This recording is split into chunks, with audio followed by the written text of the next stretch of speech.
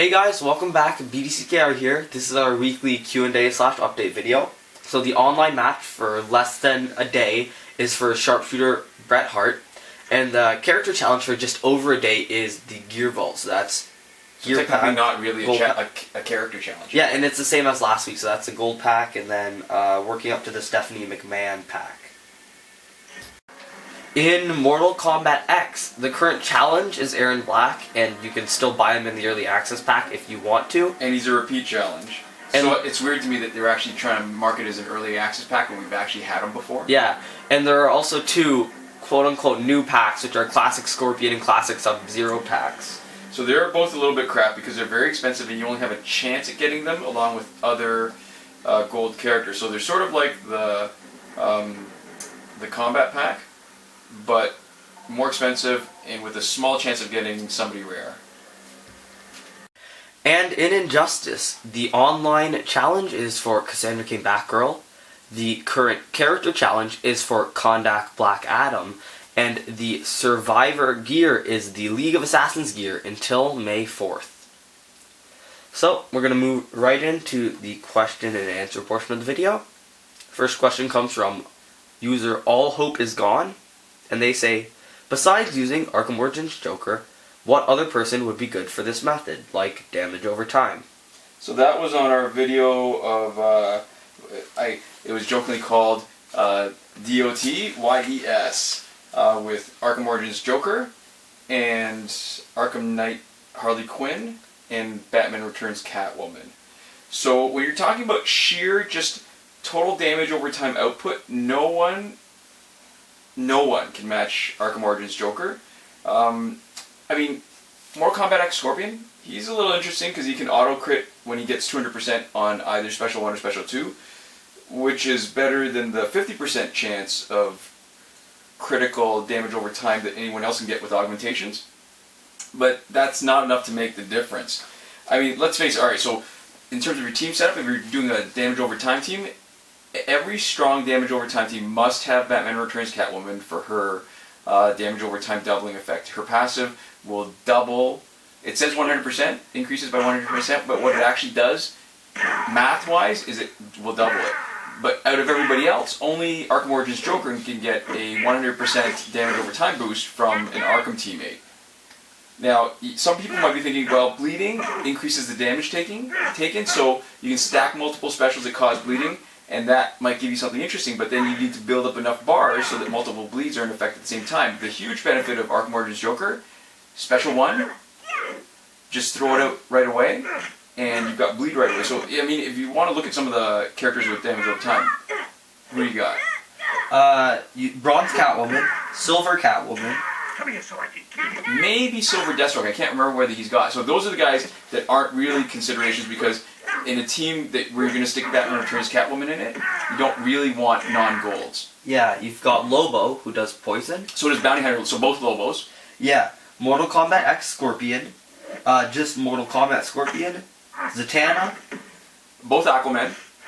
And Apocalypse Darkseid and Martian Manhunter. Right, those last two guys will do it on their combo finishers, which is kind of cool, but the amount of damage is not enough. And Red Lantern, Hal Jordan, does a huge amount of Special 2, but it's a Special 2, so you have to build up to a Special 2 to get there. Or actually, no, technically, I mean, he doesn't. He doesn't need it because he's got it full on his health, but when he does his first... Crashed.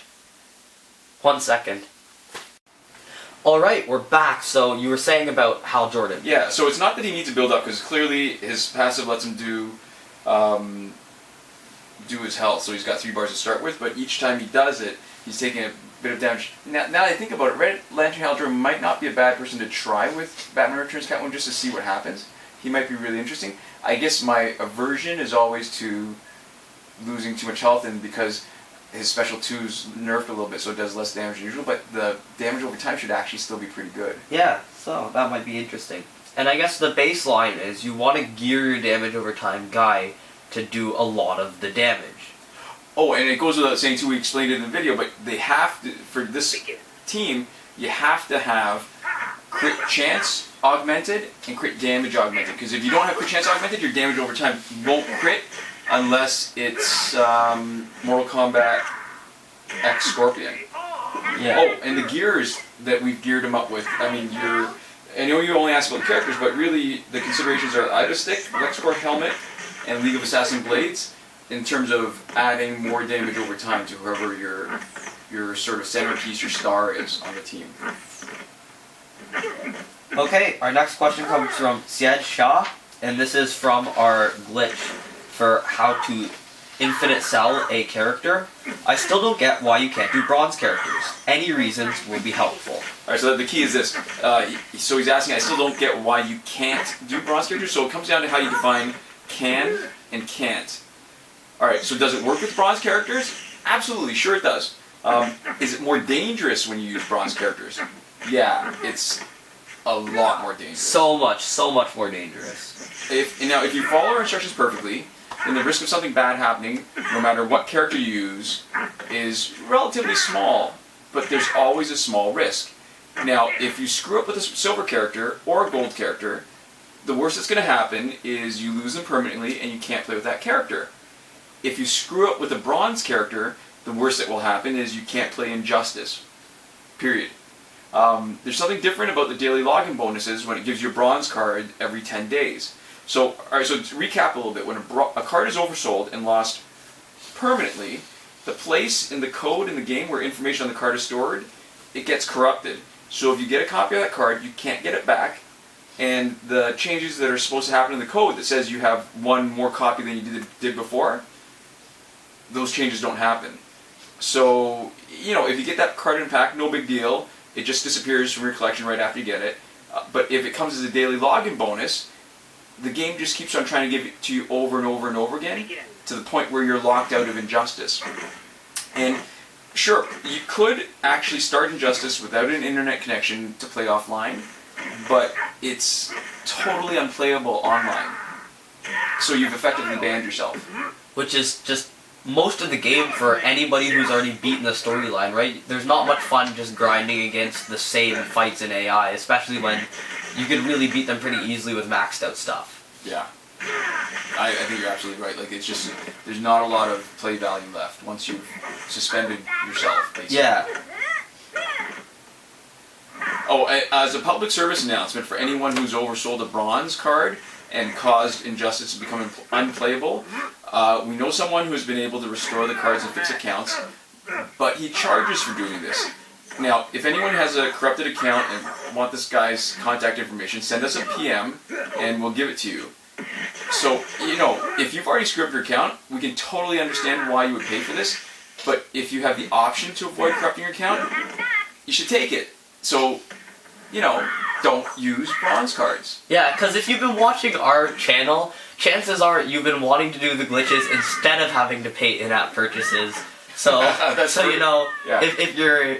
I doubt any of you guys want to screw up your account by accident and end up having to really pay any more money than you need to, especially when it's you've done a lot of work to get your account up to where it is. Now, as an aside, this guy's actually offered to set us up with accounts with unreleased characters, so we can do demos with them before they're officially released. Before they're released officially, but as soon as they're available in the updates. So, as an example, Antimatter Sinestro, who's in the update right now, but just hasn't had his challenge yet, so you're not supposed to be able to get him. Maybe let us know in the comments if you think we should or shouldn't do that. And I'm not saying that's going to be the final deciding factor, but we'll take that into consideration when we decide what we're going to do with that possibility. Yeah, because we have noticed that people who do a lot of that kind of stuff, it really does rake in some of the views. And, yeah, we at the end of the day, we want to be loyal to our fans, but also, if we make these kind of videos and they are the kind of videos that a lot of people will watch, maybe that's a whole different kind of fan. And as long as it doesn't alienate anyone, right, it's something that we would definitely consider. Yeah. Yeah. Okay, so our next question comes from Tyson Malstrom, and he says, I went into the store to buy the card back. It has a buy button and everything, but when I click on it, it won't let me buy it back. What can I do? Now, we've already solved this issue, right? We've talked about it. Right, and originally our response in the comments was if you were following our instructions, this is where you restore your save from WBID to point before you tried the glitch. And their response was, so at this point I could either restore to pre-glitch status, or I just don't have that character anymore. Alright, so it shouldn't be a straight dichotomy. So I guess the first two questions are, what character did you use, what level and what promotion, and did you attempt to buy it back immediately after overselling? because if all your answers fit the rules that we set out in the video, it should work. So again, did we say we were talking about the same overselling glitch again? Yeah. It seems pretty popular. Sorry, yeah, we did mention that. My fault. The failsafe of restoring a pre-glitch save is mainly for people who make a mistake following instructions. And as to your comment about, I just don't have that character anymore, not that long ago, the answer to will I lose that character forever was a simple and unqualified yes, but as you heard in our earlier response to another comment, it's not so cut and dry anymore. So, I guess to your question more specifically, so yes, restoring it to pre-glitch status is an option. Yes, you could leave it and not have that character anymore, but it's not just those two options. You could try it again, but follow the steps a bit more carefully. You could also recover your character, but it means either learning enough to be able to do it yourself, or getting someone else to do it for you. Yeah, the fact that we know someone can do it means that there must be some way for it to be done in a way that at least that person can do it, and probably with resources that you can do it too. It's just a matter of figuring that out. Yeah. So, our next question comes from Fishsticks123, and, well, it's more of a comment. There's one super weird glitch with Luchador Bane that makes him leave everyone on your team in multiplayer at 1 health. Okay, so, this is not really a glitch. It's the way, if you look at our video where we have used Batgirl Prime before, it's basically the same thing. What you're doing is you're using Cloak of Destiny to take advantage of stun. It increases the damage by 300%. In the case of Luchador Bane, you're also taking advantage of his chance on stun on Taggin, and you're using the League of Assassins Adept Knives to do 50% splash damage on Special 1. So if you do it right, Special 1 does a huge amount of damage on the first guy, and it does a huge amount of splash damage on the next two. 50%, so in our Batgirl we can do 150,000 plus with her Special 1, which means 75,000 splash damage on the other two guys. So it's not so much a glitch as it is just taking advantage of the properties of the gear and the player. Yeah, and the last question that we're going to answer is, hey BDCKR, from Vin Dohgy. Hey BDCKR, do you know a good team for the new Black Adam at all? I have him Elite 7, level 46, and he's good, but I need a team to go with him. I've been experimenting with some people I should use with him, but their passives don't really work that well together. Also, I know you probably won't know this, but it's worth a shot. Do you guys know when the challenge pack will update? Because I keep getting the same people over and over, and I think it hasn't been updated since before the Red Sun Green Lantern. He's not in there. Yeah, we'll answer the easy part first. There's no schedule for challenge packs. Warner Brothers seems a lot slower than before in adding characters to the packs. As far as Red Sun Green Lantern, yeah, he's not in there, but he was added to the Red Sun pack. So hopefully, if you're looking for him, when the Red Sun packs come back, you'll have a chance at him. Now, just talking in general about what to do with Kandak Black Adam, he's got a bit of a selfish passive. It really only helps himself. So, well, we haven't played him a lot yet, but here's a few thoughts. His damage stat is decent, he's got good speed on his basics, so he makes a good damage dealer.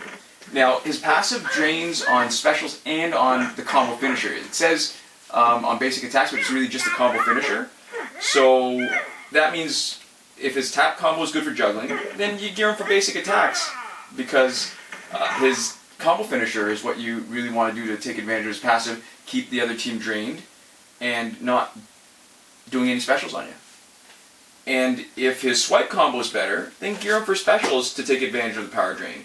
I mean, this is sort of our first thoughts whenever we see a new character, we want to try to make the most of their passive and whatever their strengths are. So it might turn out that neither way works, but we start off like that and then just play a bit and get a better feel for how he performs. Yeah, okay, so that's this week's video. Thank you guys so much for watching. We'll see you guys next time. Komoda.